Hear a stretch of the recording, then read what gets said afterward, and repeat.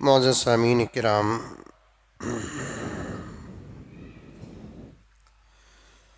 पूरी मोहब्बत के साथ, शौक़ के साथ, उल्फत के साथ, प्यार के साथ, अदब के साथ, एहतराम के साथ, इखलास के साथ, दिल की गहराई से एक मरतबा दरूद शरीफ पढ़ लें।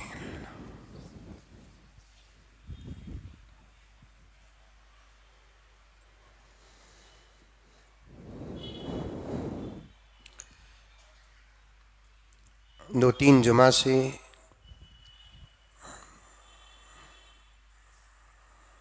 इंसानियत का ज़बरदस्त पैगाम और इस्लाम का बेहतरीन हुक्म हया, सत्र, शर्म, पर्दे के मुताल्लिक़ बातें चल रही हैं।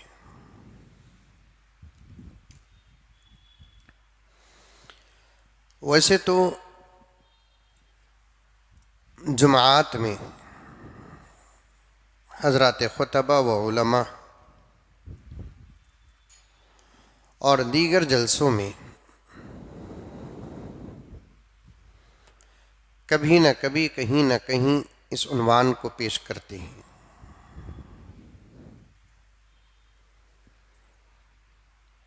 इस वक्त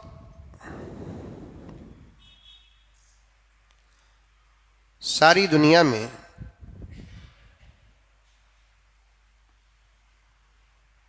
आमाल की पहचान, आमाल का तारुफ और आमाल जिंदा हैं, तो हज़रत अल्लाह के फ़ज़ल के बाद हज़रत उलमाए किराम की मेहनतों का नतीजा है।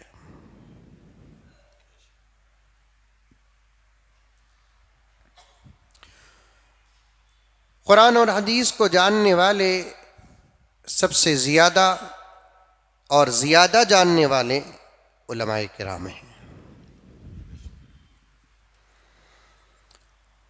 और उलमाए किराम का ये फ़र्ज़ है कि वो उम्मत के सामने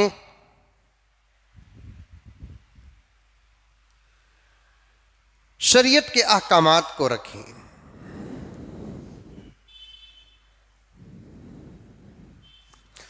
और कुरान और हदीस और शरीयत और दीन की खिदमत करते रहें।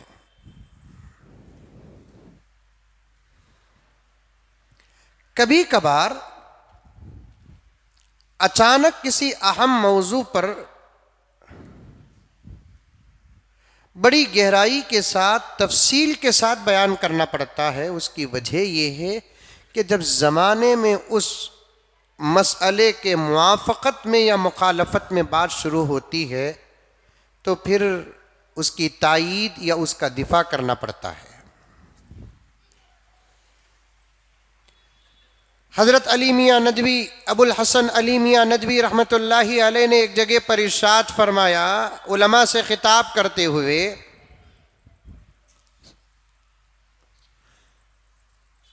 हज़रत मौलाना अबुल हसन अली मियाँ नदवी रहमतुल्लाह अलैह ने एक मरतबा उलमा से खिताब करते हुए इरशाद फरमाया, सबसे बेहतरीन तकरीर वो है जो हालात को सामने रखकर किया जाता है।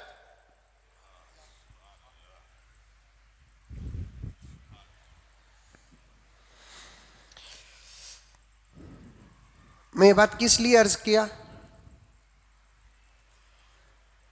लोग एतराज़ करते हैं कि मौलाना वो ये कीच एक पर्दे और शर्म और हया को लेकर आप कितने जुमा से हैं, मेराज का महीना है तो ज़रा मेराज भी बयान करें। बात तो अच्छी है। मैं हमेशा कहा करता हूँ,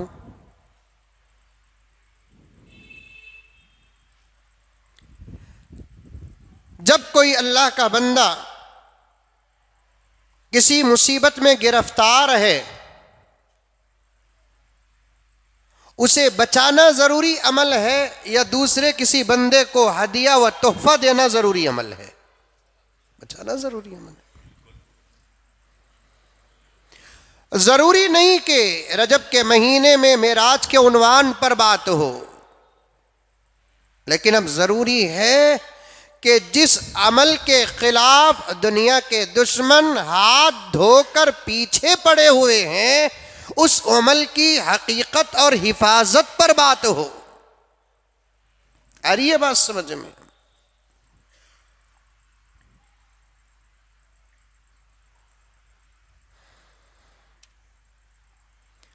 तो गर्ज मेरे दोस्तों,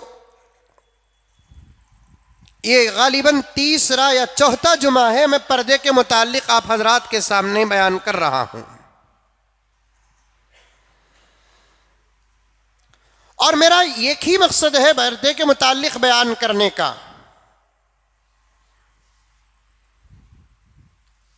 दुश्मनों को हमारे इस अमल की हकीकत क्या है मालूम हो जाए,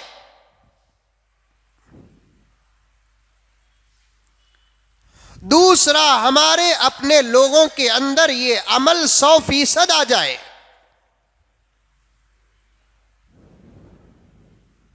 यही मेरा मकसद है। और एक बात मैं बहुत ही गौर व फिक्र के बाद अर्ज कर रहा हूं, जितना दुश्मन इस वक्त पर्दे के पीछे पड़ा हुआ है, नोट करें, तमाम हजरात नोट करें, और अब के बाद जो हजरात यूट्यूब के जरिए से सुनेंगे वो भी नोट करें। महबूब तवज्जो चाहता हूं,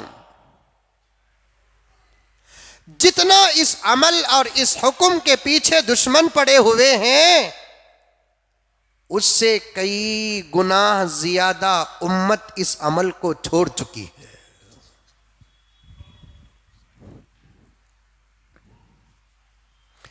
बात आई समझ में? अरे आई नहीं आई? और ये भी बताओ बात सही है कि गलत है?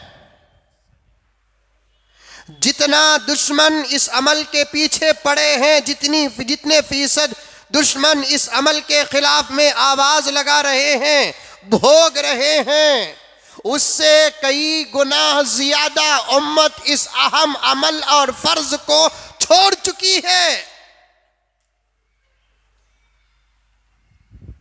फर्क क्या है? दुश्मन दीन से बाहर और ये दीन के अंदर। दुश्मन मिटाना चाहता है और अंदर का आदमी इसे जरूरी नहीं समझ रहा है। तकरीबन 20 दिन से ये आजिज जहां जाता है, मस्तूरात का जब बयान होता है, पर्दे में हल्की फुल्की नजर कभी निकलते और दाखिल होते हुए देख लेता हूं। मैं कहीं को देखा बोलकर तुम्हें पकड़ना नहीं। अरे औरत आ रही सो, जा रही सो, ऑटो में बैठ रही सो, कार में बैठ रही सो, टू व्हीलर में लाको छोड़ रही सो, बयान के बाद निकल रही सो, एक जनरल नजर पड़ जाती है। तो अल्हम्दुलिल्लाह जब बयानात को आते हैं, इज्तिमाआत को जाते हैं, तो आप भी महसूस किए होंगे और मैं भी देखा कि 100% औरतें इज्तिमाआत और खुसूसी बयानात में बापर्दा होती हैं। लेकिन मैं साफ कहता हूं, मेरी उन माँ और बहनों से, जलसों को पर्दे के साथ आना कमाल नहीं है, शादियों में पर्दों के साथ रहना कमाल है। हफ्तावारी इज्तिमाआत में जाने वाली कितनी औरतें, नमाज पढ़ने वाली कितनी औरतें, किसी मौलाना के बाहर से आने के बाद बयान का जब इंतजाम होता है तो उनके बयान में शिरकत करने वाली औरतें बुर्का पहनकर आती हैं, तो बहुत अच्छी बात है। लेकिन कमाल यहां बुर्का पहनकर आने पर नहीं, कमाल यहां बुर्का पहनकर आने में नहीं, कमाल बुर्के और पर्दे और हया व हिजाब व निकाब के साथ शादियों में जाने में है। बवक्ते जरूरत बहालत मजबूरी शॉपिंग को जब जाएंगे वहां इस किस्म का पर्दा हो तो तब बात ही कुछ और है। आज दुनिया का एक एतराज है, एक एतराज। मैं कुरान और अहादीस की तरफ आ जाऊंगा, वाक़ियात की तरफ आ जाऊंगा। एतराजात को भी मैंने नीचे लिखा, इंशाअल्लाह ताला बयान करूंगा। अब बात आ रही है तो एक बात अर्ज करता चलूं। दुनिया एक एतराज कर रही है, जमाना एक एतराज कर रहा है, दुश्मन एक एतराज कर रहा है, मुखालिफीन एक एतराज कर रहे हैं। तुम्हारे धर्म के अंदर जब पर्दा इतना जरूरी है, जितना नमाज जरूरी है, पर्दा इतना जरूरी है, जितना रोजा जरूरी है, पर्दा इतना जरूरी है, जितना ज़कात व हज जरूरी है, तो फिर हमने तुम्हारी कौम की अक्सर औरतों को बेपर्दा देखा है, बेबुर्का देखा है, बेहिजाब देखा है, बेनिकाब देखा है। फौरी तौर पर यह सवाल सुनते ही किसी को शर्म आए या ना आए, लेकिन ये बागीरत और बाहया मुसलमान को तो जरूर शर्म आती है। जवाब है हमारे पास, लेकिन जवाब देने से पहले जो हालत हमारी होती है, ये हालत एक बाहया इंसान से पूछो, बेहया इंसान से नहीं। मुझसे पूछो जब ये सवाल मेरे सामने आता है, उससे न पूछो जिसकी माँ बेपर्दा होकर बाहर निकलती है, उससे न पूछो जिसकी बीवी बेपर्दा होकर शादियों को जाती है, उससे न पूछो जिसकी बच्चियां जवान और कुंवारी अनबिया ही मैं क्या कहते हैं बैचलर बच्चियां बेहया, बेहिजाब, बेनिकाब, बेबुर्का तबाह होकर बाहर जाती है, उससे न पूछो कि इस सवाल के बाद तेरी क्या हालत होती है। हमसे पूछो और उन मर्दों से पूछो जिनके घर की औरतें बाबुर्का, बाहिजाब, बानिकाब होती हैं। जवाब है हमारे पास। सवाल समझ में आया? बात मेरी समझ में आ रही है? मैं गुज़िश्ता जुमा अर्ज किया था, मुझे कम से कम 1-2 जुमा, वरना तो हर जुमे का बयान सबक ही होता है, चाहे मस्जिद उमर फारूक का हो, जामिया मस्जिद का हो, या अबू बकर मस्जिद का हो, सुभानिया मस्जिद का हो, किसी भी मस्जिद का बयान एक सबक ही है। और जितने लोग यहाँ बैठते हैं सब खतीब के शागिर्द हैं। लेकिन आज गुज़िश्ता जुमा से मैं खास तौर पर आपको कह रहा हूं कि मैं आपके सामने दलाइल वाली बात करूंगा, सबूत वाली बात करूंगा, पर्दे के दलाइल क्या है बयान करूंगा, उसकी हकीकतें क्या है बयान करूंगा, उसका राज क्या है बयान करूंगा, उसका फायदा क्या है बयान करूंगा। खुदारा मेरे फिक्रों का साथ आप पूरी तवज्जो के साथ दीजिए।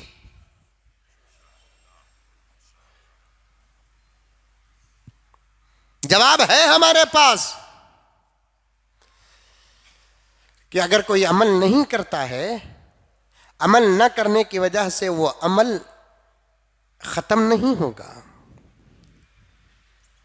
अगर कोई अमल नहीं करता है, अमल न करने की वजह से ये न समझो कि वो अमल का मकाम उस मजहब में ना हो। मैंने गुज़िश्ता जुमा कहा था कि अगर कोई पूजा करना छोड़ दे, क्या हिंदू धर्म से पूजा खत्म हो जाएगा?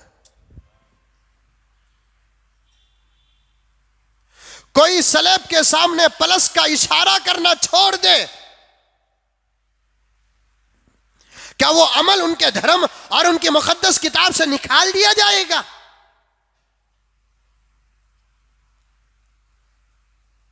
दीगर उलमाए किराम ने इस दलील को पेश किया है। ये आदिज भी उसी दलील को जरा बदल कर बयान करता है या वही मुआफकत से बयान करता है। भाइयों, आज इस वक्त सारी दुनिया में फजर की नमाज पढ़ने वालों का परसेंटेज क्या है? बोलो, जवाब दो। इस वक्त सिर्फ गोरी पाड़लिया, मैसूर रोड नहीं, मस्जिद उमर फारूक नहीं, बेंगलोर नहीं, रियासत कर्नाटक नहीं, हिंदुस्तान नहीं, सारी दुनिया के अंदर बशमूल इस्लामी मुमालिक के अंदर फजर की नमाज पढ़ने वालों का परसेंटेज क्या है? मैं समझता हूं, मुझे माफ फरमाए, 2% भी नहीं है।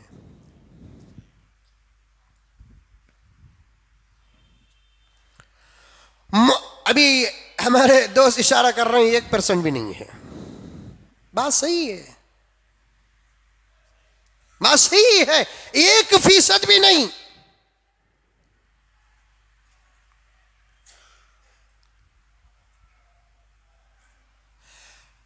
इसकी वजह से क्या फजर की नमाज शरीयत से निकाल देंगे?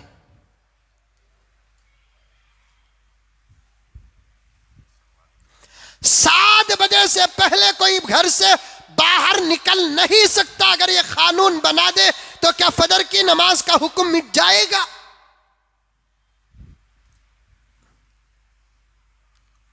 दो साल तक दुनिया लॉकडाउन के जद में रही। मस्जिदों को वो 1% मुसलमान भी नहीं आए। क्या पंच वक्ता नमाजों का हुक्म खत्म हो गया? मैं उसे अक्लमंद नहीं मानता, मैं उसे ज़हीन मानता नहीं, मैं उसे किसी भी किस्म का एजुकेटेड मानता नहीं। नोट करो, मेरी बात को नोट करो। मैं उसे अक्लमंद मानता नहीं, ज़हीन मानता नहीं, किसी भी लाइन का एजुकेटेड मानता नहीं, जो ये दलील पकड़ता है कि ये काम तुम्हारे अंदर नहीं है, इसकी अहमियत नहीं है। ये कहने वाला जाहिल, अनएजुकेटेड। बात सही है। अब मिसाल के तौर पर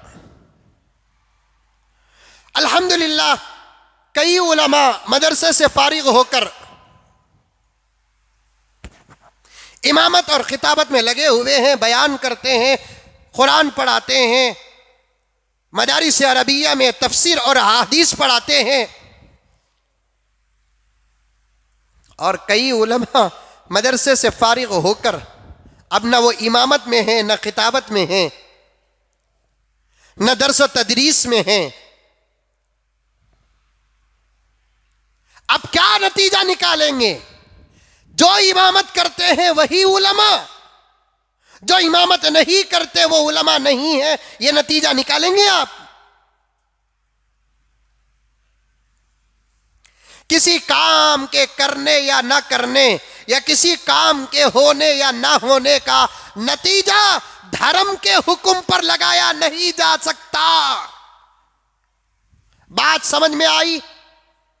अरे आई नहीं आई भाई? किसे किसे आई हाथ उठाओ। माशाअल्लाह, समझाना मेरा मकसद, समझना तुम्हारा काम। वक्त साथ ना दे तो फिर आइंदा जुमा भी करेंगे, उसके बाद की जुमा करेंगे, और रमजान में भी इसी उन्वान को रखेंगे। अगर ईद उल फितर जुमे के दिन आ जाए तो उसमें भी इसी उन्वान को रखेंगे, कोई हर्ज नहीं है। जो अमल खतरे में है उस अमल को मजबूत करना हमारा फर्ज है, हमारा फर्ज। वरना हया को, निकाब को, बुरके को, हिजाब को अल्लाह तबारक व तआला इंसानी शक्ल बनाकर हशर के मैदान में खड़ा करेंगे। वो वकील बन जाएंगे, हम मुजरिम बन जाएंगे। शर्म, हया, हिजाब और निकाब अल्लाह के दरबार में वकालत पेश करेगा। परवरदिगार नमाजी तो था, परवरदिगार हाजी तो था, परवरदिगार सदर था मस्जिद का, मोहल्ले का सदर था, मोहल्ले का सेक्रेटरी था, इलाके का तोप था, इलाके का जिम्मेदार था, बड़ी लंबी चौड़ी बयानें और तकरीरें करता था, आलिम था, मुहद्दिस था, मुफस्सिर था, और भी बहुत सारे इदारों का जिम्मेदार था। फुला था, फुला था, फुला था। लेकिन परवरदिगार तूने मुझे बनाया, मैं दुनिया के अंदर रही, लेकिन जब मेरे ऊपर आफत आई इन्होंने नजर छुपाकर गुजर गए। मेरे रब की कसम, जो चीजें आज नजर नहीं आ रही हैं, अल्लाह ताला उन चीजों को भी वहां नजर के काबिल बना देगा। नमाज नजर आएगी वहां, रोजा नजर आएगा वहां, ज़कात और हज नजर आएगा वहां, रमजान नजर आएगा वहां। हमारे दरमियान जो रिश्तेदारी है, जो अल्फाज में है, वो रिश्तेदारी इंसानी शक्ल पर वहां मौजूद रहेगी। हया नजर आएगी। अल्लाह के अदालत में जब इस वक्त की हया जो बड़े नरगे में है, दुश्मनों के बीच में है, हम नमाजें लेकर अल्लाह के पास जाएंगे, अल्लाह के दरबार में वो हया ऑब्जेक्शन करेगी, अल्लाह नमाजों का हिसाब बाद में ले, मेरी हिफाजत का हिसाब पहले ले।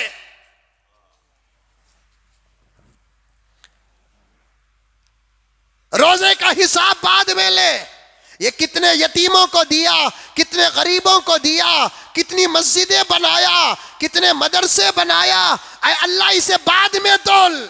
जब मैं मुसीबत में थी, तेरी बंदियों का दुपट्टा बनकर थी, तेरे बंदियों का बुर्खा बनकर थी, तेरे बंदियों का हिजाब बनकर थी, तेरे बंदियों का निकाब बनकर थी। तेरे दुश्मन, तेरे हबीब के दुश्मन, इंसानियत के दुश्मन, शर्म के दुश्मन, हया के दुश्मन, गीरत के दुश्मन तेरे बंदियों के सर से मेरा दुपट्टा उतार रहे थे, जिस्म से मेरा बुर्का उतार रहे थे, सीनों से ओढ़नियां उतार रहे थे, चेहरों से निकाब उतार रहे थे। ऐ अल्लाह इसे पूछ के ये क्या कर रहा था? बड़ा आलिम बना बैठा था, हाथ में तस्बीह लेकर बैठा था, लेकिन बाहर खुलकर नहीं नहीं आया। मैं कान पकड़ता हूं, मैं कान पकड़ता हूं, मैं माफी चाहता हूं। खुदारा मेरे जुमलों की जांच कर लो। ये बात पक्की है, होकर रहेगी। जब इस्लाम के किसी अमल पर दुश्मनों ने अपनी दुश्मनी की तलवार तान लेते हैं, उस वक्त जिम्मेदार अगर बाहर नहीं निकलेंगे, अल्लाह की अदालत में उनका क्या होगा अल्लाह ही बेहतर जानता है।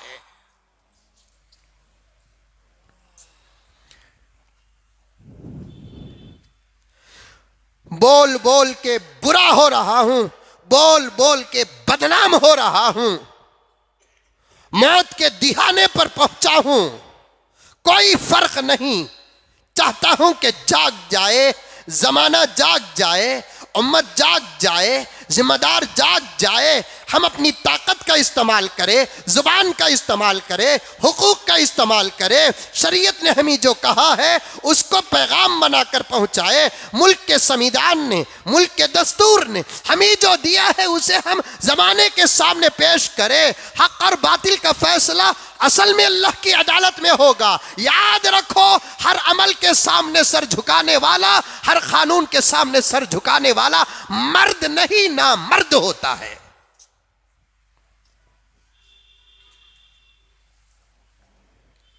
ये बात पक्की है, ये बात पक्की है। अफसोस है, अफसोस। अपने अंदर पर्दा पैदा करो, गीरत पैदा करो अपने अंदर।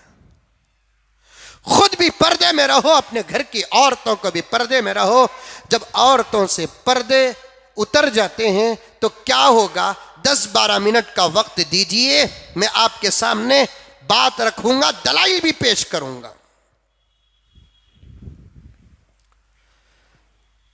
जो जिम्मेदार हैं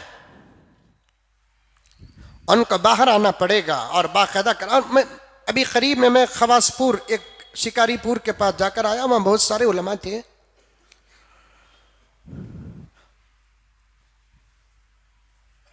तो बड़ी अच्छी बात बताई उन्होंने, मुझे सुनकर बहुत खुशी हुई।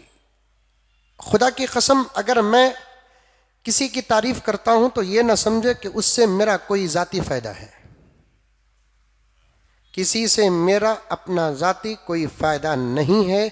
मेरी हर ज़रूरत को मैं मेरे रब के सामने पेश करता हूँ। मेरा रब मेरी ज़रूरत को पूरी करता है। मैं किसी पर, किसी की दौलत पर, किसी के ओहदे पर, किसी के माल पर अल्लाह की कसम आज तक नज़र नहीं किया। तारीफ करने का मतलब आप लोग या सुनने वाले कभी कोई बुरा नतीजा ना निकाले। अरे मैं किसी की दौलत पर नजर क्यों करूं, जबकि अल्लाह तबारक व तआला ने उनसे अच्छी दौलत अता किया है। मैं भूखा रहा तो चना, मेरे पास गाड़ी नहीं रही तो चना। यह और बात है कि भारी गाड़ी की, मामूली गाड़ी की। कल मैं कहां से आया, मैं एक गांव गया था, क्या वो गांव का, हाँ देवदुर्ग, देवदुर्ग गांव का नाम भी आ रहा है। वहां से आ रहा हूँ। रात में हाईवे में, बंबई हाईवे में मैं गाड़ी चलाया, मुझे आता नहीं, समझ गए क्या। गाड़ी तो गाड़ी, खाली 1 साल के वास्ते मुल्क दे डालो, इंशाल्लाह चला को दिखाता हूँ।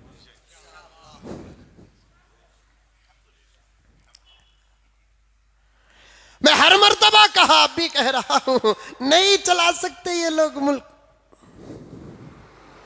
हरगिज नहीं चला सकते, नहीं चला सकते, नहीं चला सकते। मैं किसी का दुश्मन नहीं, मेरे हिंदू भाइयों से भी मेरी इंसानियत के साथ मोहब्बत है।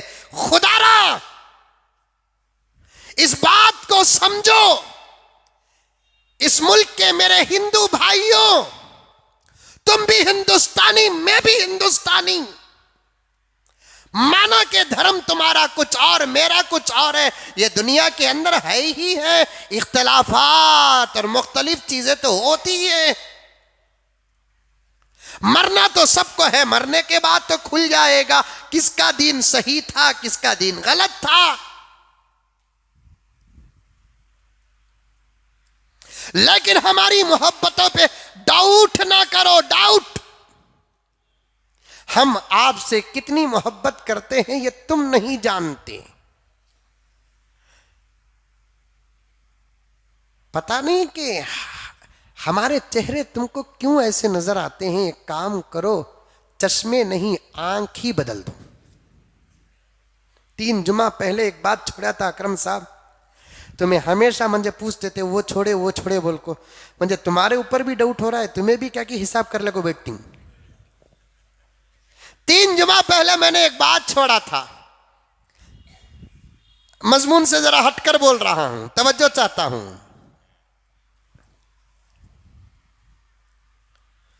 इंसान का पूरा जिस्म अल्लाह की अमानत है।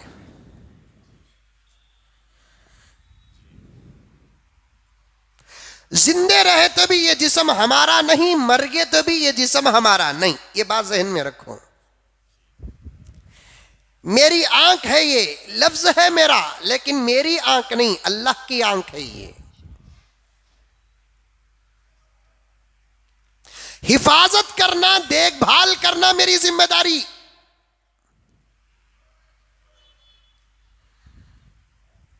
लेकिन हमारे जिस्म का कोई हिस्सा हमारा नहीं, अल्लाह का। हमारा कैसे हो सकता है जबकि हमने बनाया ही नहीं, खरीदा भी नहीं। कौन भी दाता खरीदे क्या? हाथ खरीदे, आंख खरीदे? हमारा कैसे होगा?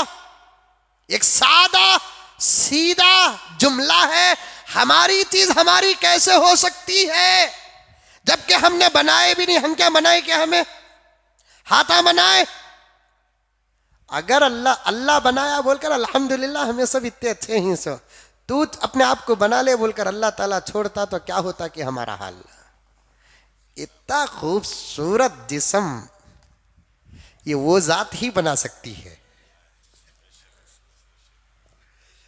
ये नक्शा, ये खाका, ये नक्श, ये निगार, ये वो जात ही बना सकती है, उसके अलावा कोई और नहीं बना सकती। देखो जरा ऐनक में खड़े जाको, ऐनक देखते नहीं आप लोग?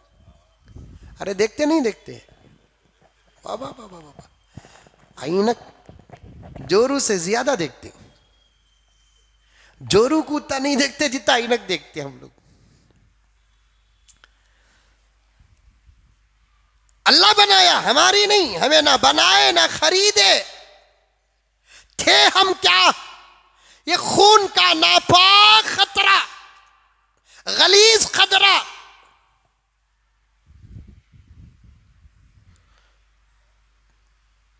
वो भी हमें अपनी जरूरत की तकमील के लिए। इशारा समझो, एक बाप को भी एक बेटे को लड़ाई होगी।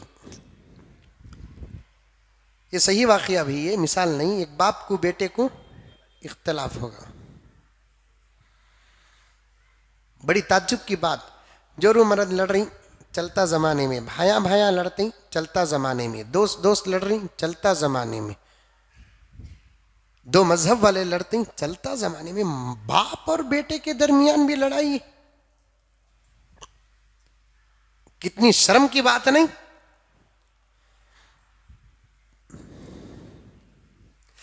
क्या मसले पे लड़ाई? मेरा बेटा मुझे देखता नहीं, पैसे देता नहीं, मेरे खाने पीने का ख्याल करता नहीं, दवा का इंतजाम करता नहीं, यहां तक के बूढ़ा बूढ़ी को अलग घर में रख दिया और चला गया अपनी बीवी के साथ।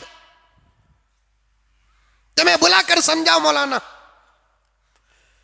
तुम्हारा आशिकों ने देखे गलती कर रही कौन, बदनाम हो रही कौन? कौन भी जोरू को मारे तो जोरू फोन करती तुम्हारे तो आशिक हजरत हूं क्या मैं जोरू को मार लगू हूं?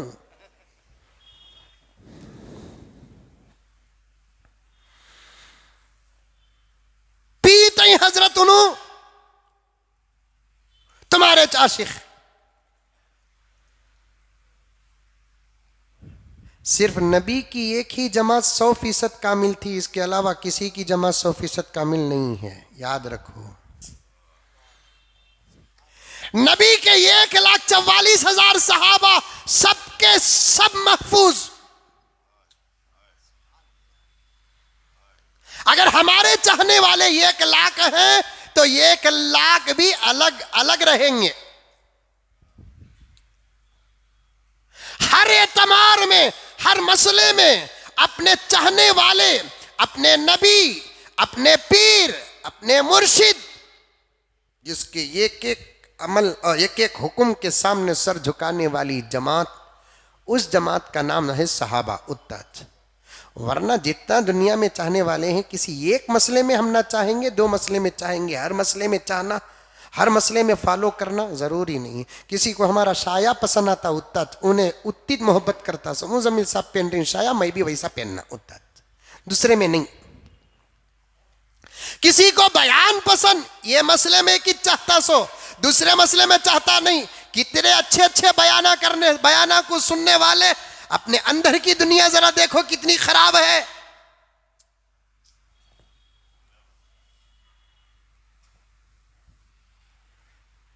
बुला को समझाओ हजरत, अच्छी बात है, अभी बुलाया, ये कई सा जुमला सुनिया, मैं कान कच्चे हो गए। उजैद बोलते सो ज्यादा जन को मरो, एक 4-4, 5-5 बेटा था रन्ना, वहां से अगर फैसला नहीं हुआ तो अलग बात है। मौका था नहीं जने तो ये गदी, ये हालत। बहुत दूर चले जाऊंगा, उन्वान से बोलना चाहता हूं मैं आपके सामने एक राज, एक निकात। बिठाया, समझाया, क्या भी किस्सा, बाबा को देखते नहीं ना, तुम्हें एक ही चना भी बेटे, कहीं को भी चले गए, क्या भी चले गए, तुम्हारा फर्ज नहीं क्या भाई तुम्हारे बाबा को देखना। वो कैसा हजरत, मैं ही देखना बोल जरूरी? अरे तुम्हारे बाबा जने सो ना भी तुम ना, मंजे जन्ना बोल को जने, उन्हों क्या की जरूरत पूरी करे, मैं बैदा होगा सो।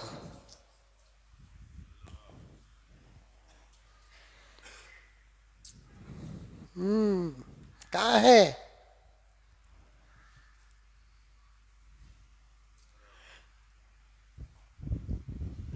हमारे हाथ में हुकूमत हो तो इन मसाइल पर बिल पेश करेंगे, पास करेंगे।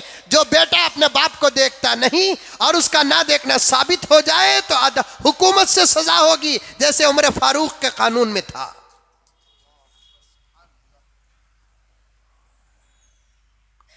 उमर फारूक की अदालत में, हुकूमत में जानियों की सजा कुरान और हदीस के मुताबिक, शराबियों की सजा थी, चोरी की सजा थी। इन्हीं सजाओं की फहरिस्त में हजरत उमर फारूक ने उन बच्चों के लिए भी सजा तय किए थे जो अपने माँ बाप का हक अदा नहीं करते।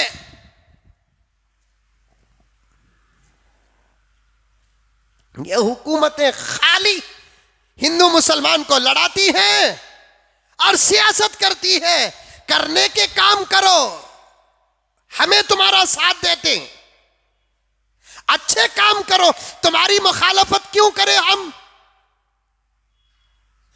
तुम्हारी मुखालफत इसलिए कर रहे हैं कि मुल्क डूब रहा है, मोहब्बत खत्म हो रही है, अमनो अमान गारत हो रहा है, प्यार और मोहब्बत मफकूद हो रही है, सुकून दुनिया में नहीं, करप्शन ज्यादा है, जुल्म ज्यादा है। ये रोकने की ताकत आपके पास है, आप नहीं रोक रहे हैं। करने की ताकत आपके पास है, आप नहीं कर रहे हैं, इसलिए हम आपकी मुखालफत कर रहे हैं। आप अच्छे काम करो, तुम्हारे धर्म वाले तुम्हारा साथ दे या ना दे, हम मोहम्मद के गुलाम हैं। अच्छाई का भी साथ देते हैं, अच्छों का भी साथ देते हैं।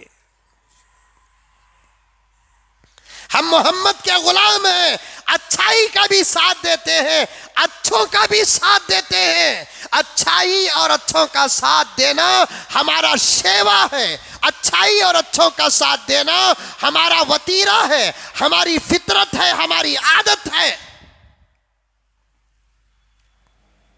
समझो दोस्तों, समझो। क्या कह रहा था?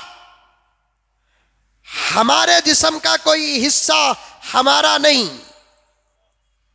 ना जिंदगी में हमारा, ना मरने के बाद हमारा। इसीलिए बाज लोग जो कहते हैं मेरे मरने के बाद मेरा दिल दे दो, मेरी किडनी दे दो, मेरी आंख दे दो। मजहब इस्लाम में अपने पार्ट्स को डोनेट करना जायज नहीं, जायज नहीं, जायज। जैसे खुदा जिस वक्त दिया, जाते वक्त वो तमाम चीजें लेकर जाओ, इल्ला ये कि दुनिया में किसी तबीयत की वजह से वो चीज जाए हो गई, उसका सवाल खुदा नहीं करेंगे। शुगर ज्यादा हो गई, पैर काटना पड़ा, ये तबीयत की वजह से पैर काटना पड़ा है और वो भी जाए हो गया है, किसी और को हमने दिया नहीं, इसलिए उन चीजों का इस्तेमाल, उन चीजों का सवाल नहीं होगा। तज़किरतुल औलिया में एक बुजुर्ग का वाकया लिखा है, उनके एक मुरीद ने ख्वाब में अपने शेख को जन्नत में देखा और जन्नत में थे उनके शेख। बार बार वो अपने हाथ को छुपा कर बात कर रहे थे, आस्तीन छुपा छुपा कर बात कर रहे थे। मुरीद ने पूछा कि हजरत क्या बात है, आप बार बार हाथ क्यों छुपाते हैं? तो हजरत ने फरमाया, बात दरअसल ये है, जन्नत को आकर भी मेरे हाथ की एक उंगली नहीं है। हजरत क्या हुई उंगली? हजरत ने फरमाया, एक जख्म लगा था, सूखता नहीं था, दर्द ज्यादा था, डॉक्टर के पास इलाज नहीं कराया, हद से ज्यादा तकलीफ हुई, मैंने खुद अपने हाथों से उस उंगली को काट लिया।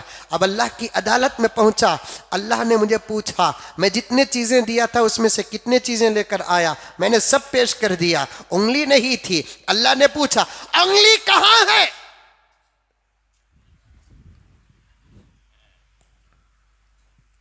अल्लाह दर्द था काट दिया। अल्लाह ने फरमाया जिस चीज को तूने अपने हाथों से जाये किया उस चीज को फिर मैं दोबारा तुझे नहीं दूंगा।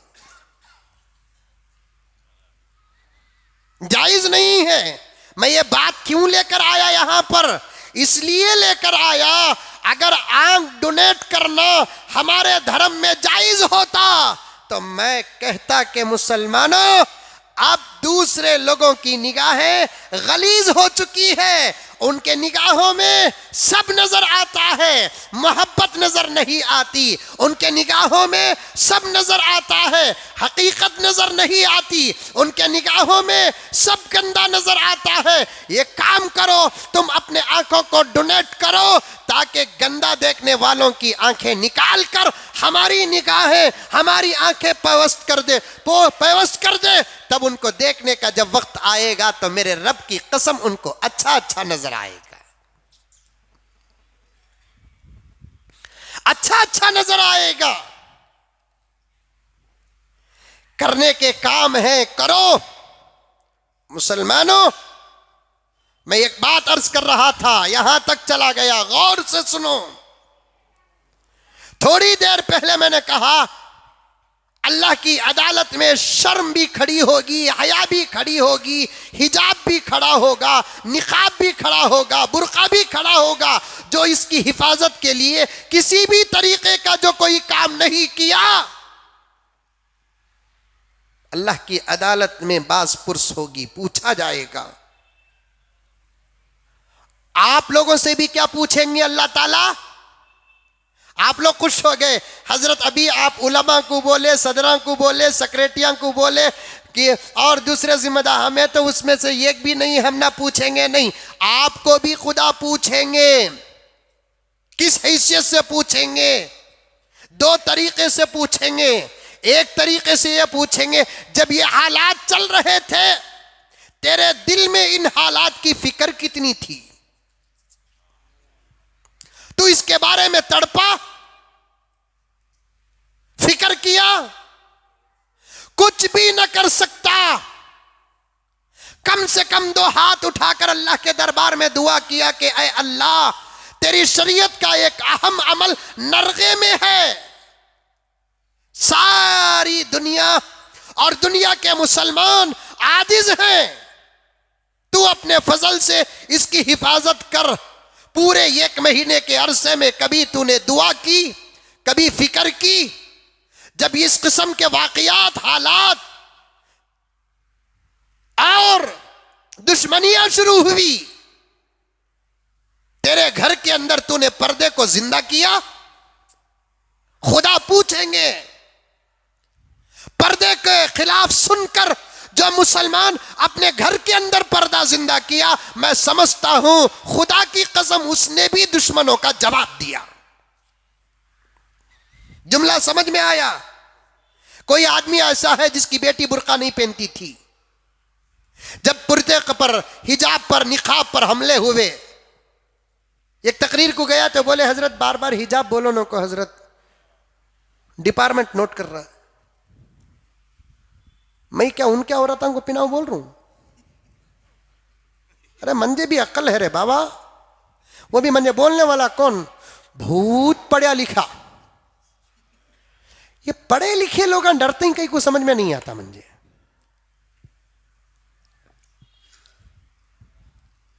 दिलों से डर निकालो, खौफ निकालो,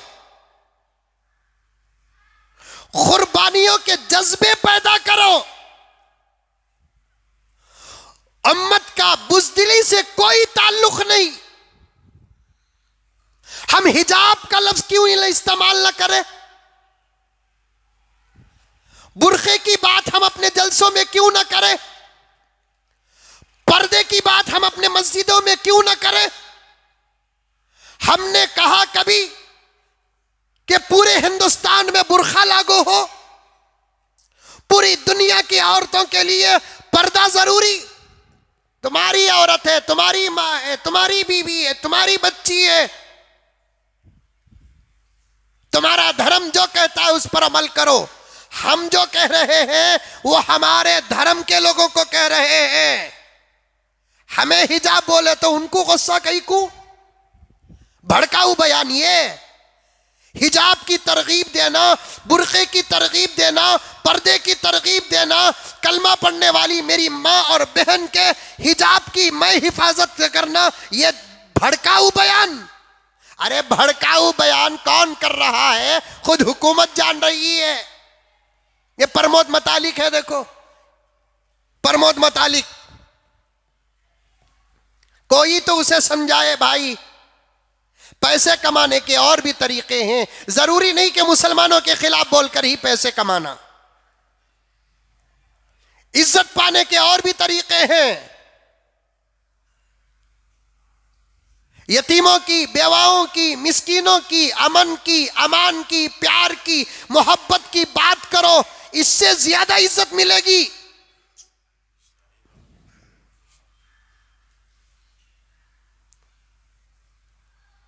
कौन कहता है यतीमों, बेवाओं, मिस्कीनों, अमन, प्यार, मोहब्बत की बात करें तो इज्जत नहीं मिलती? इज्जत मिलती है, वो भी दिल से इज्जत मिलती है। इज्जत ही नहीं मिलती, दुआ भी मिलती है। इज्जत ही नहीं, दुआ भी मिलती है। ऐसा बोल रहा है, ऐसा बोल रहा है, इस पर कोई एतराज नहीं। कितना कितना भड़काऊ बयान देता है। मुसलमानों के घरों में तलाशी लो, तलवारें मिलेंगे, चाकू मिलेंगे, बम मिलेंगे। हमारे घर में क्या है ये दो ही लोगों को मालूम, एक घर वाले को मालूम, एक चोर को मालूम।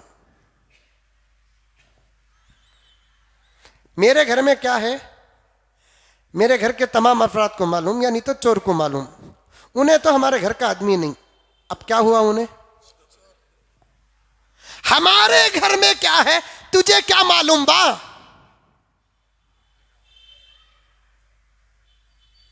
चल एक चैलेंज करता हूं, बाहर भी करूंगा इंशाअल्लाह ताला प्रमोद मतालिक से ये चैलेंज। मुसलमानों के घर की तलाशी लो, कोई धोखा ना होना। मुसलमानों की घर की तलाशी लो। ये गुंडे मवाली, ये लोगों को छोड़ो। ये गुंडे तो हमारे धर्म में भी हैं, गैरों के धर्म में भी हैं। गुंडों को छोड़ो, रोबदारों को छोड़ो। और ये गुंडे मवाली 0.0001 भी नहीं है। 10,000 के मोहल्ले में ये गुंडा रहता है, और गुंडों के घरों में तो ये तमाम चीजें होती हैं। मैं ये नहीं बोलिया कौन गुंडा, मना मंजे दलाल है तो हजरत मंजे गुंडा बोले, हजरत मंजे गुंडा बोले, इससे मालूम होता इन्हें गुंडा। चोर देखो, पलट को देखने वाला नहीं बोलिया।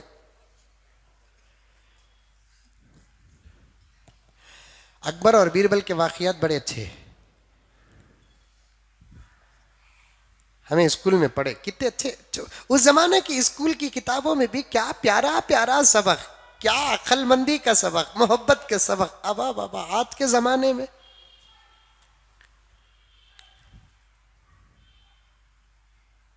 अकबर बीरबल के वाकयात तो गैर मुस्लिम भी पढ़ते थे, मुसलमान भी पढ़ते थे।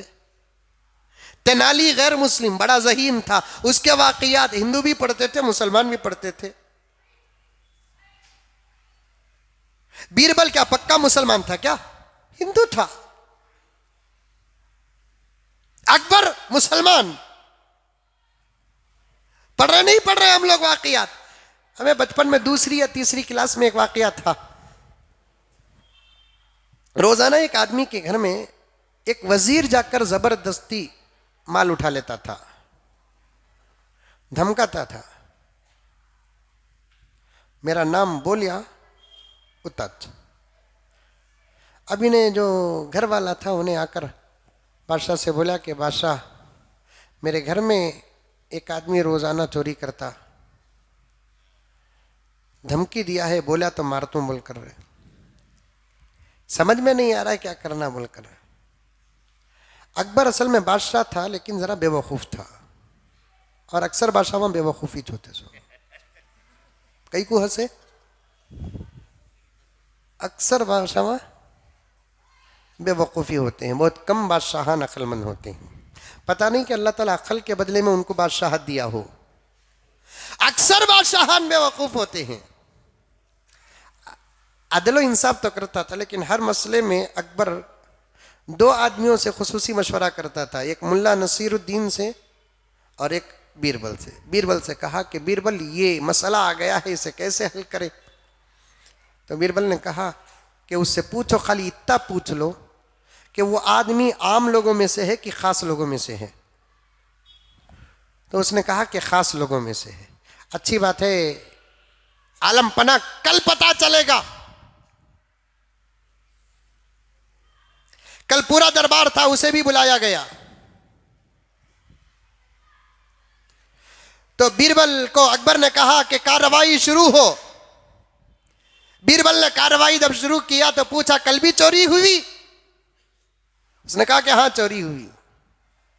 बीरबल ने पूरे दरबार को ऐसे देखा, देखने के बाद कहा आलम पना चोर मालूम हो गया। अकबर ने पूछा कौन? आलम पना चोर की दाढ़ी में तिनका, चोर की दाढ़ी में। जो चोर था जल्दी हलाया ऐसा। बादशाह बोला इन्हें चोर। हमारे घरा में क्या है हम ना मालूम, तुम्हारे घरों में क्या है तुम ना मालूम। एक चैलेंज है, मुसलमानों के घर की तलाशी लो। वो गुंडे मवाली इन लोगों को छोड़ो, वो तो इधर भी है उधर भी है, इनको छोड़ो। इनके घरों में क्या है वो चलता है, रत्ती सत्ती का भी गलाटा हुआ, कारा से भी निकल जाती चीज। इसके बाद मुसलमानों के घरों की तलाशी लो। कुछ ना मिले तो क्या मतालिक साहब इस्लाम कबूल कर लेंगे आप? भड़काऊ भाषण तो ये लोग देते हैं। गलत बयानात ये लोग देते हैं, हम नहीं देते। हम अमन की बात करते हैं, प्यार की बात करते हैं, मोहब्बत की बात करते हैं। हमारे धर्म में क्या है उस पर अमल करने के लिए हमारी कौम के लोगों को लताड़ते और डांटते हैं। हमारे बयान हकीकत में भड़काऊ बयान हो नहीं सकते, सवाल ही पैदा नहीं होता। जो भड़काऊ बयान देता है उससे पूछो, पुलिस सुनती है फिर भी कुछ नहीं करती। पुलिस सुनती है किसके जुमले में भड़काऊ बयान है। कौन कह रहा है कि मुसलमान की औरतों की इज्जत लूटो? आज तक किसी मौलवी ने कहा? कौन कह रहा है कि हिंदुओं की घर की तलाशी लो? आज तक किसी मौलवी ने कहा? कौन कह रहा है ये जहां मिले उनको मारो? आज तक किसी मुसलमान ने कहा? कौन कह रहा है कि मस्जिदों को तोड़ डालो? आज तक किसी मुसलमान ने कहा? कौन कह रहा है आज के 10 साल के बाद हिंदुस्तान में मुसलमानों की हुकूमत आएगी? किसी मौलवी ने कहा? इसके बरखिलाफ जितनी बातें हैं वो तमाम बातें इस मुल्क में कौन कह रहा है?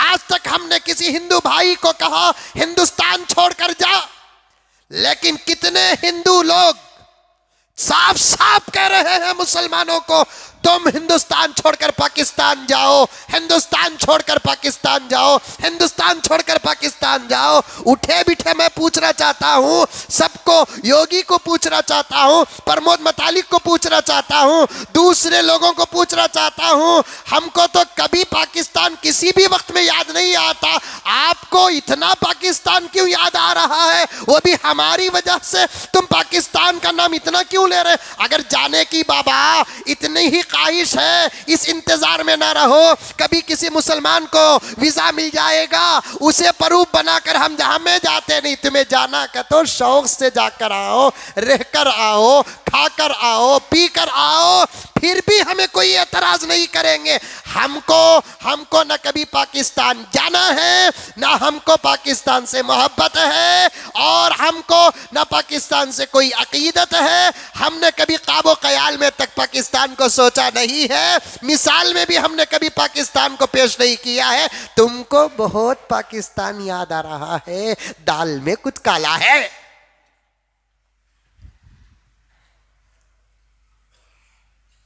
बहुत याद आ रहा है तुमको।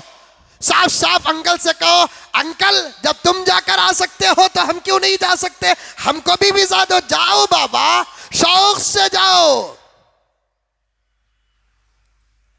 हम क्यों जाए पाकिस्तान? हम क्यों जाए?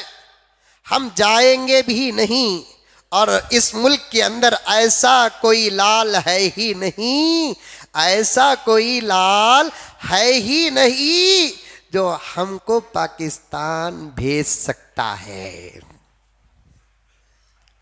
हमको कोई पाकिस्तान भेज सकता है, ऐसा कोई लाल ही नहीं है। एक शेर है, देख रहा हूं।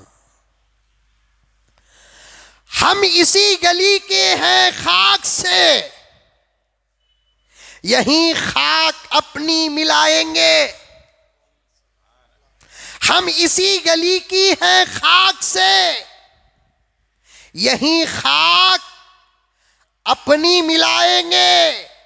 ना बुलाए आपके आए हैं, ना बुलाए आपके आए हैं, ना निकाले आपके जाएंगे। तुम्हें हम ना बुलाए क्या वहां से? हम ना जाओ बोल रही सो? ना ये मुल्क तुम्हारे बाप का है, ना ये मुल्क हमारे बाप का है। ये मुल्क तुम्हारा भी है, ये मुल्क हमारा भी है। हमको बार बार पाकिस्तान जाने की बात ना करो साहब। जाना है तो जाकर आओ, शौक से जाकर आओ। और इस मुल्क के हिंदुओं को पाकिस्तान से न डराओ। मुसलमान तो डरता नहीं, डरता क्या मुसलमान?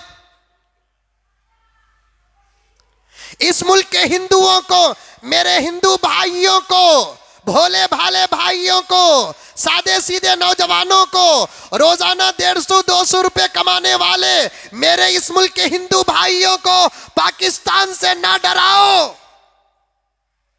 खाली पूरे हिंदुस्तान वाले मिलकर कुल्ली कर डाले तो पाकिस्तान डूब जाता।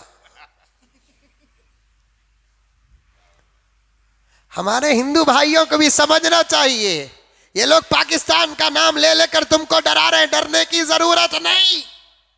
वक्त आ गया इंशाअल्लाह, वजू पवित्र अमल, मस्जिद मुकद्दस जगह, दिन हमारे धर्म में सबसे आला व औला और अफजल दिन, जगह मैं जहां बैठा हूं इस पूरी मस्जिद में सबसे ज्यादा कीमती जगह, खुदारा मेरी बात पूरे हिंदुस्तान में फैल जाए, ऐसा कोई वक्त वहां की तरफ से हमले का आ जाए, मेरे हिंदू भाइयों तुम देखेंगे इंशाअल्लाह ताला सुम्मा इंशाअल्लाह तुम जिस सफ में खड़े होंगे उससे पहले की सफ हमारी होगी।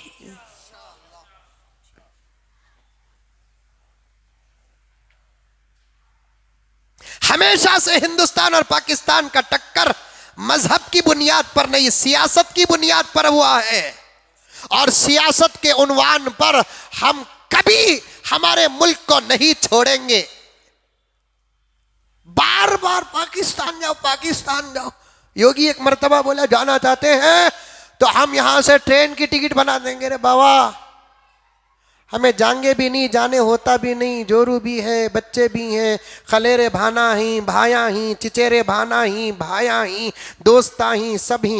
ये मस्जिदा दरगाह ये छोड़ो, ये मेरी अपनी जाती बात बोलो। इतने आदमियों को ले को जाना, यानी तो उन्होंने नहीं आते बोले तो छोड़ को जाना, ये हमारे बस की बात नहीं है। तू अकेले है, आगे पीछे कौन भी नहीं। तुझे फ्लाइट की टिकट दे तुम बाबा, तू चल जा,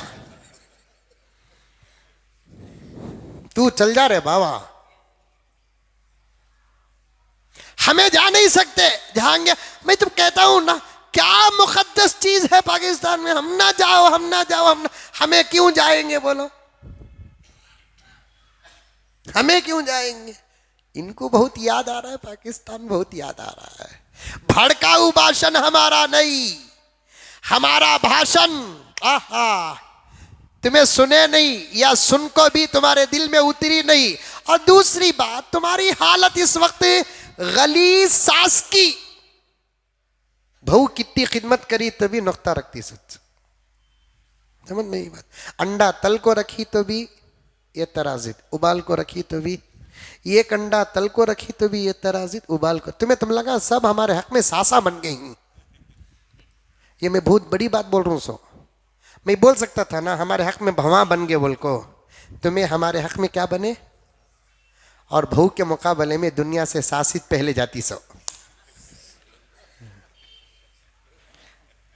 एक सास थी, कहते 2-3 बेटियां की शादी कर डाल को, बेटे की शादी करी, उसे भी उसकी सास बहुत सताई थी, उसके बेटियां को भी सासा सताले को थे। इन्हें बेटे की शादी करते वक्त इरादा करी, अब मुझे मौका आया बा मेरी जिंदगी का पूरा बदला निकालने का। तुम ना तुम्हारी सास, मुसलमानों से, हिंदुओं से, सबसे कहता हूं, तुम ना तुम्हारी सास सताई तो वो बदला तुम्हें तुम्हारी बहू पर उतारो नको। 2 ही चीजें मुसलमान हासिल, या तो नसीहत या तो इबरत। तुम्हारी सास तुम्हारे साथ अच्छा सुलूक करी रही तो तुम्हें तुम्हारे बहू के साथ अच्छा सुलूक करो। तुम्हारी सास तुम्हारे साथ बुरा सुलूक करी रही, तुमना जो दर्द हुआ है इसका तो तुमना एहसास है। तुम्हें सताने से पहले ये सोचो कि मैं सताई तो मेरी बहू को भी ऐसा दर्द होगा। खाली ये सोच आ गई तो इंशाअल्लाह ताला अच्छी मौत होंगी। क्या साथ में अब इन्हें सूची क्या, अच्छा वक्त आया मुझे सताने का। शादी होकर आई बच्ची बिचारी 18-19 साल की। 18 साल में ना भी शादी होती। सो कितने साल में होती शादी? 18 साल में। सरसित कम नहीं, 17 साल में करना नहीं करे अंकल। अब 21 साल कर रही थे। 15 साल में बच्ची बालिग हो को 16, 17, 18 साल तक पूरे खानदान की इज्जत को झुका को रखती। अभी 2 साल आगे गर्दा ले तो क्या होगा।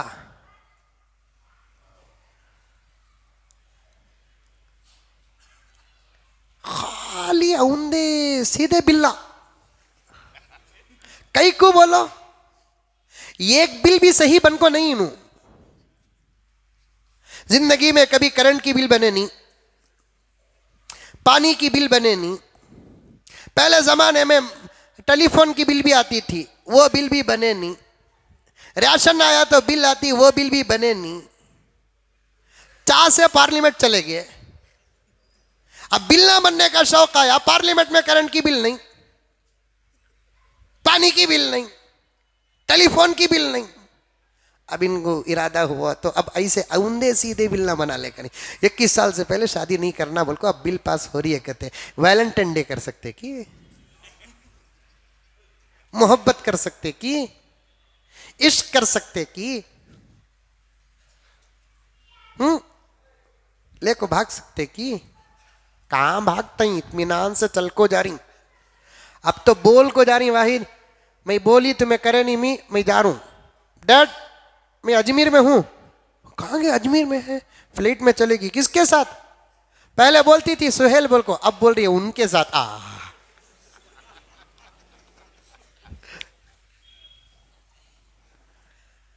खाली 3 साल देर करे तो अजमेर को जा रही है ना, अब 5 साल देर करे तो क्या अमेरिका नहीं जाएंगी उन्हें? क्या बोलना क्या रोना समझ में नहीं आ रहा है। एक अल्लाह से जुड़ जाओ दोस्तों, कम से कम इनफिरादी जिंदगी तो अच्छी हो जाएगी। अब यही मेहनत करने की जरूरत है। इज्तिमाई जिंदगियां 100% सुकून में आ जाए। मुझ जैसे गुनहगार को, तालिबे इल्म को ये आसार नजर नहीं आ रहे हैं। आसार मुझे तो नजर नहीं आ रहे हैं। खुदारा मेरे भाइयों, मेरी बहनों, मेरे बड़ों, मेरे दोस्तों, मेरे छोटे बच्चों, तुम भी इस बात को समझने की कोशिश करो। 100% सारी दुनिया में, उमूमन हिंदुस्तान में 100% हालात बेहतर से बेहतर हो जाए। अब ये आसार नजर नहीं आ रहे हैं। अब मेहनत अपने घर पर करो, अब मेहनत अपनी जात पर करो, अब मेहनत अल्लाह की मोहब्बत में खर्च करो, रसूलुल्लाह की इताअत पर खर्च करो। एक एक फर्ज का दामन थामो, एक एक वाजिब का दामन थामो, एक एक सुन्नत का दामन थामो। रात को खुदा को मनाने की कोशिश करो, दिन में हलाल कमाने की कोशिश करो, निगाहों की हिफाजत करो, जुबान की हिफाजत करो, अखलाक जमाने को बताओ। एक मेहनत कर लो, मैं अल्लाह को राजी कर लूं, अल्लाह मुझसे राजी हो जाए। अब ताकत की, मेहनत की, फिक्र की, दावत की, तबलीग की ये इंतहा और आखिरी मौका है। इतनी तो कोशिश कर सकते हो। लेकिन मुसलमानों, मैं तुमसे कहना चाहता हूं, बाहर की हालतें तुम्हें नजर आ रही है, बाहर का तूफान तुम देख रहे हो, बाहर के सैलाब तुम देख रहे हो, भारत के बाहर के जलजले तुम देख रहे हो। लेकिन तुम्हारी गफलतों का क्या कहना। शादियों में आज भी तुम नाच रहे हो, शादियों में बेटियों के हिजाब को तुम उतार रहे हो, शादियों में गैरों को तुम अपनी बेटियों के सामने पेश कर रहे हो, शादियों में तुमने तूफान बर्पा कर रखा है, शादियों में तुमने क़यामत बर्पा कर रखा है। तुम क्या कर रहे हो? यतीम को देते भी हो तो दिखाते हो, बेवा के सर पे हाथ रखते भी हो तो दिखाते हो, मस्जिदों को देते हो तो दिखाते हो। यहां तक मेरा एक एक जुमला खुदा की कसम गलत नहीं है। रोजाना 150 रुपए दुकान में मेहनत करने वाली बेवा के दुकान में 150 किलो का हराम का दूध पिया हुआ, हराम का खाना नहीं, हराम का दूध पिया हुआ पिल्ला, वो 150 रुपए कमाने वाली औरत के दुकान में जाकर जब तक खड़ता है उसके दुकान से टाफियां उठाकर खाता है। अब जब तुम्हारी हालत ऐसी नहीं बदलेगी, खुदा की कसम याद रखो, खुदा की मदद नहीं, दुश्मनों के जूते पड़ेंगे। क्या बदले तुम? क्या बात साफ आया? तुमने अपनी बहू बेटियों की तस्वीरों को बाहर किया। शर्म नहीं आती? किसी गंदे पानी के नाले में डूब कर मरो, डूब कर। माफ करो, मैं तुम सबको नहीं कह रहा हूं, तुम नाराज नहीं होना। जो इसमें मुब्तला है, चिटकी मार कर उससे कह रहा हूं। तुमने शादियों के मौके पर अपनी बेटियों के, बहू के, बीवी के, बूढ़ी के, जवान के बुर्के उतार कर जमाने के सामने पेश किया। अगर दुश्मन ये दलील पकड़ेगा नहीं तो क्या पकड़ेगा? तुमने कमीनों को, लुच्चों को, लफंगों को, हरामियों को नई नवेली दुल्हन उसे पेश की। कहां गया तुम्हारा पर्दा? कहां गया तुम्हारा हिजाब? बाहर के हालात खुदा संभाल लेंगे, अंदर के हालात अगर इस वक्त मोहम्मद का गुलाम संभाल लेगा। नहीं नहीं, फिरौन से मुकाबला करने का इरादा है, ये एक सुन्नत नहीं जिंदगी में। शादी में मैं मेरी बेटी की कर रहा हूं, चलो भाई मर्दों की फोटो आ गई तो आ गई, औरतों की भी फोटो, केक काट रहे हैं। क्या बदले? क्या बदले? एक काम करो, अगर ये बातें अच्छी नहीं लगती तो सारे हिंदुस्तान के मसाजिद के जुमे के उर्दू बयानात को खत्म कर दो। कुछ भी, क्या दुश्मन ये दलील नहीं पकड़ेगा? पटाखे उड़ाते हो तुम, डीजे मारते हो तुम, तबाही का अलार्म बज चुका है, बर्बादी की घंटी बज चुकी है। फिरौन तो खुश नसीब निकला, अल्लाह ने पानी के जरिए से उसे बर्बाद किया। नमरूद खुश नसीब निकला, मच्छर के जरिए से खुदा ने उसे अजाब दिया। हारून खुश नसीब निकला, जमीन के जरिए से उसे अजाब हुआ। हमारे आमाल नहीं बदलेंगे, याद रखना, खुदा जमीन से नहीं लेंगे काम, पानी से नहीं लेंगे काम, मच्छर और खटमल से काम नहीं लेंगे। खुदा हमारे ही दुश्मनों के जूतियों और लाठियों से काम लेंगे। कल क़यामत में हमारी इस हालत को देखकर दुश्मन भी, फिरौन भी हंसेगा, तेरे से तो भला मैं निकला, पानी की ताकत मेरी ताकत से ज्यादा थी तो मैं मजबूर हो गया, लेकिन तेरी ताकत तो तेरे दुश्मन से भी ज्यादा थी, जूते खाकर मरा, डंडे खाकर मरा। एक गांव में एक जुलूस निकला दुश्मनों का, पूरे मुसलमान दुकान बंद कर दिए।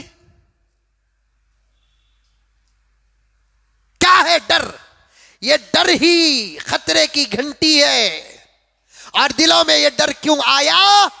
हमारे अंदर आमाल की ताकत नहीं, हमारे अंदर आमाल की ताकत नहीं, सुन्नत की ताकत नहीं।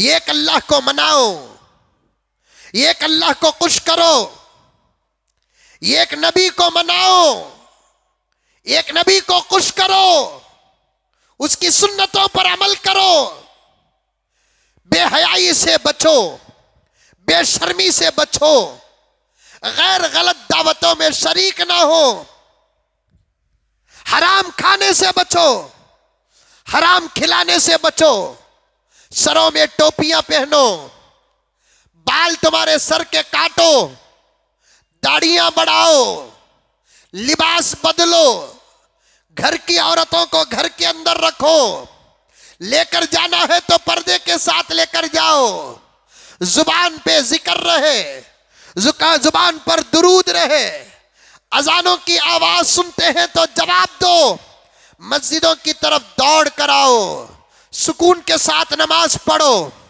माँ बाप हैं तो खिदमत करो, बीवी का हक अदा करो, शौहर का हक अदा करो, रातों को जल्दी जाओ घरों को, कुरान पाक की तिलावत करो, रोजाना हदीस 2-4 पढ़ो, दिन भर का मुहासबा करो, अच्छाइयाँ अगर हुई है तो खुदा का शुक्र अदा करो, बुराइयाँ अगर हुई है तो तौबा किए बगैर ना सोवो, सुबह को उठे तो तौबा करो, इस्तिग़फ़ार जुबान पर रखो, दुरूद जुबान पर रखो, जो सूरतें तुम्हें आती है उसकी तिलावत करते रहो, नजरों की हिफाजत करो, रास्तों में बैठने से बचो, चौराहों में बैठने से बचो, होटलों में बैठने से बचो, गैर गलत जगह जाने से बचो, शराब से बचो, जिना से बचो, सूद से बचो, जुए से बचो, जुल्म से बचो, सूखी रोटी खाओ, हलाल का खाओ, फिर देखना सहाबा को जिब्राइल उतरते हुए नजर नहीं आए। हमारी तसल्ली के लिए खुदा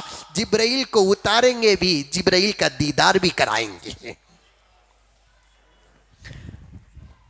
सहाबा को खुदा पर यकीन था, जिब्राइल को देखने की जरूरत नहीं थी। हमारा ईमान कमजोर है, जब इन तमाम बातों पर हम अमल करेंगे, जिब्राइल को उतार कर बताएंगे, फिक्र मत करो, उतार दिया जिब्राइल को, जिसके 600 पर हैं, ये एक ऊपर के भी ये दुश्मन काबिल नहीं है। ऊपर मारना तो दूर की बात, दूर से ऐसा फिराएंगे जिब्राइल, पता नहीं हम ना पाकिस्तान जाओ बोलने वाले कहां जाको गिरेंगे।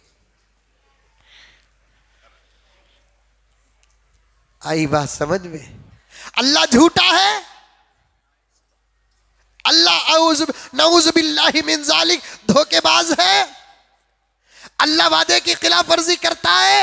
आहा, हमारा अल्लाह बड़ा सच्चा, वो जो भी करे उसे कोई पूछने वाला नहीं, लेकिन वो जो बोलता है सच बोलता है, जो वादा करता है सच करता है। अल्लाह कहता है इन्ना लनंसुरु रुसुलना वल्लज़ीना आमनू मअहू फिल हयातिद दुनिया व यौम यक़ूमुल अशहाद। ऐ लोगों कान खोल कर सुनो, अल्लाह फरमाता है मैं मेरे रसूलों की जरूर मदद करूंगा और उन लोगों की भी मदद करूंगा जो मुझ पर ईमान लेकर आए। कहां मदद करेंगे अल्लाह? खोल कर आइंदा जुमा बयान करूंगा।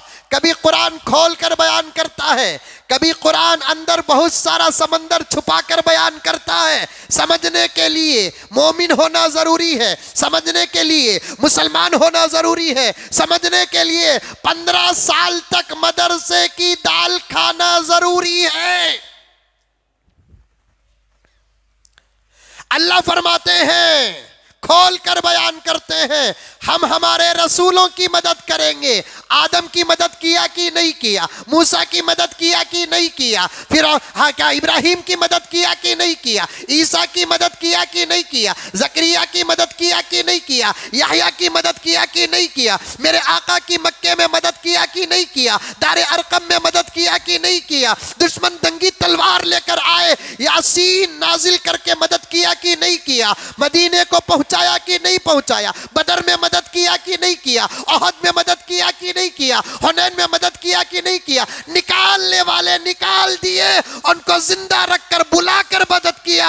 अल्लाह बताया ऐ मोहम्मद तुमको आज निकाला जा रहा है, सब्र करो, एक वक्त वो आएगा शान के साथ तुम दाखिल होकर रहोगे।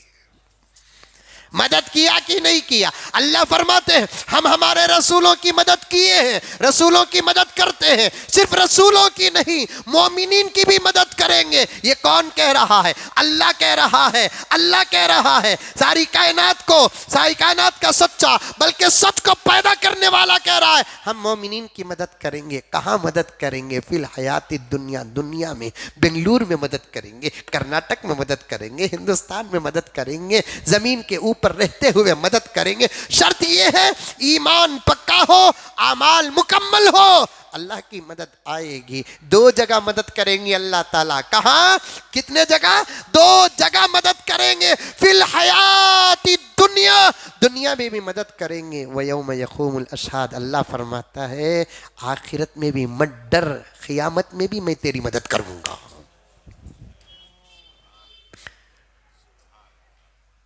बस बदलना है, बदलेंगे इंशाअल्लाह ताला।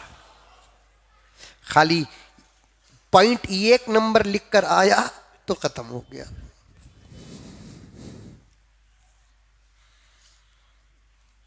बदल जाओ दोस्तों, खुदारा दुआएं करते रहो, नमाजों की पाबंदी करो। मैदान में उतर कर कुछ नहीं कर सकते तो कम से कम हाथ उठाकर दुआ तो कर सकते हैं।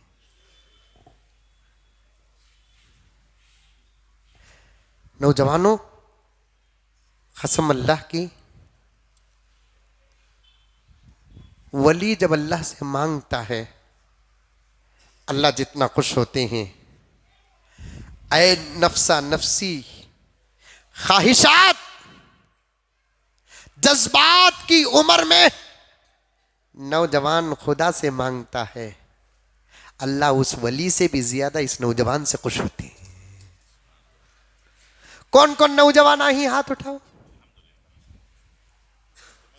कुछ लोग भी उठाए हैं हाथ, और सब भी उठाओ, पर दुआ करेंगे। करो बा,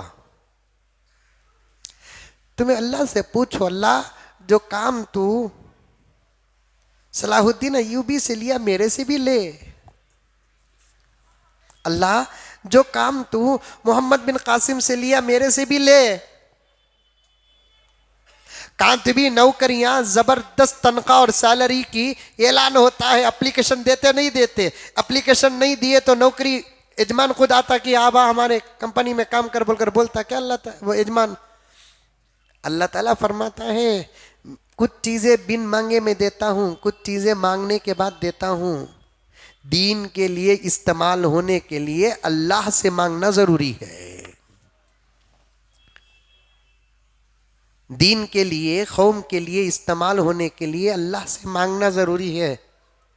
अल्लाह जो काम तो टीपू सुल्तान से लिया, मेरे से भी ले। अल्लाह करो दुआ। जो इमाम अहमद बिन हम्बल से तू काम लिया, वो मेरे से भी ले। फर्क है अल्लाह, मोहम्मद बिन कासिम, सलाहुद्दीन अय्यूबी, टीपू सुल्तान, कासिम नानोतवी, रशीद अहमद गंगोही, उनके मेरे दरमियान में फ़र्क है अल्लाह।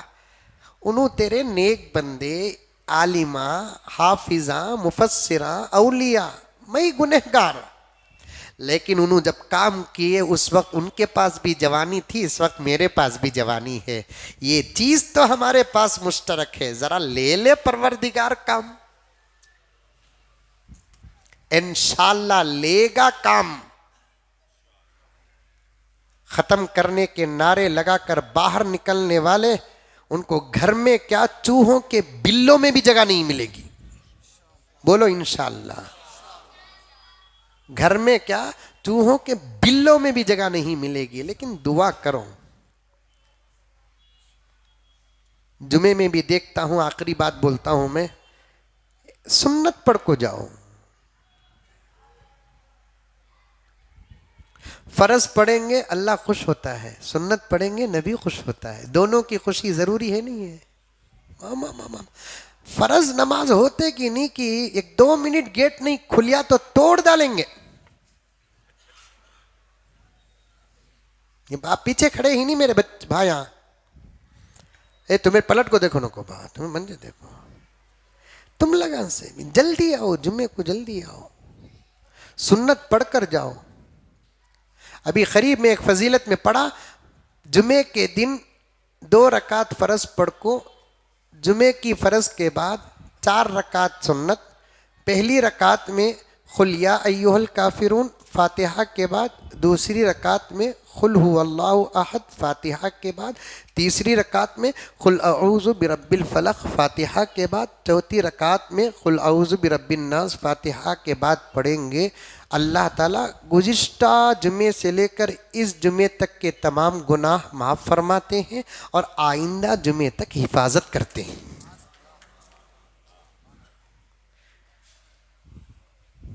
पढ़ो, अमल करो, दुआ करो, अल्लाह सबको अमल की तौफीक अता फरमाए। आमीन सुम्मा आमीन।